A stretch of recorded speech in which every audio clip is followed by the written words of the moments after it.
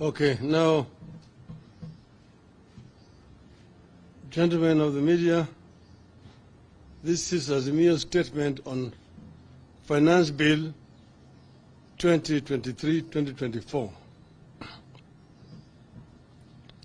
The Finance Bill prepared by the Kenya Kwanza regime, spelling out how they want to raise money in the 2023-2024 financial year, is a piece of punishment that Kenyans should be deeply concerned about.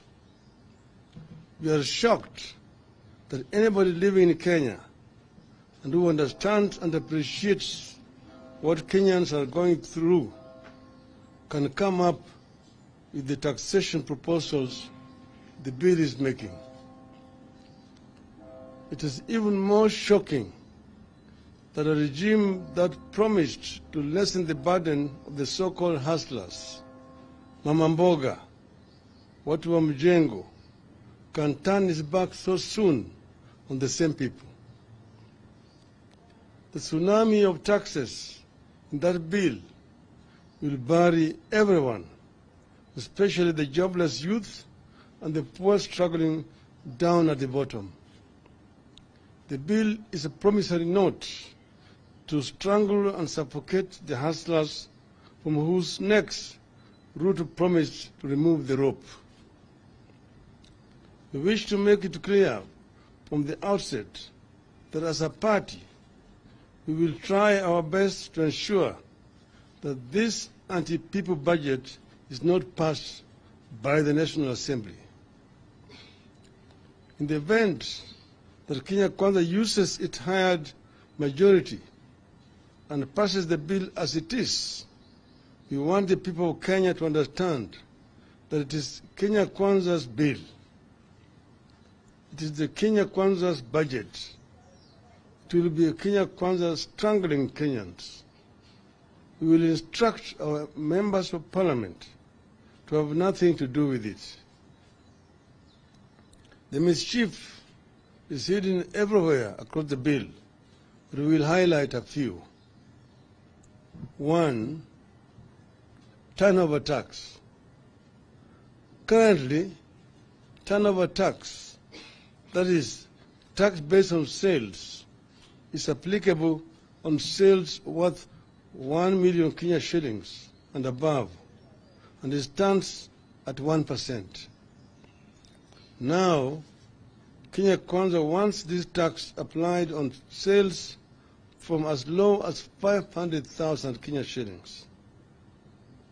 The tax is being raised from 1% to 3%. The taxation will be pegged on gross sales, whether the seller makes profit or not. The biggest casualties here will be small, medium, and medium-sized businesses. Those businesses are the heart of the hustler nation. They are struggling. The same businesses are already being taxed by counties.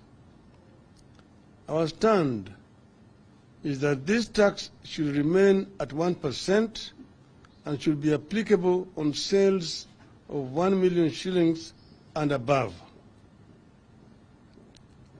2, income tax adjustment. About 4 things currently stand out in a payslip of a typical employee in Kenya, whether in the public or private sector. There has been no pay increase in the last 5 or more years. At least a quarter, sometimes up to half of the salary, is consumed by taxes. Much of the salary is consumed by all sorts of loans. Much of the salary goes into the funding dead institutions like NSSF and NHIF, which in the end do not serve the needs of the employee.